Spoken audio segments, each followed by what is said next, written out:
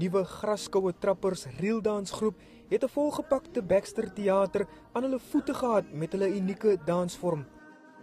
Die groep is hoog in aanvraag sedert hulle onlangs goud by 'n wêreldkampioenskap in Los Angeles gewen het en poog nou om die kulturele dansvorm ook na nuwe gehore te neem.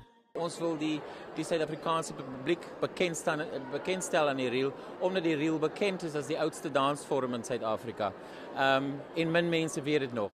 Die groep het na afloop van hulle vertoning 'n staande applous gekry, met selfs 'n paar bekende gesigte wat die groep geloof het. Ek voel baie goed, ek is baie trots so hierdie, dis wonderlike, jy weet, inheemse Suid-Afrikaanse musiek.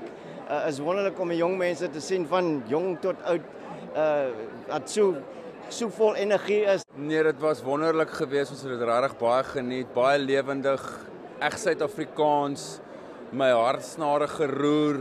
Ek wil net dans en jive saam met hulle almal, was regtig vir my great geweest.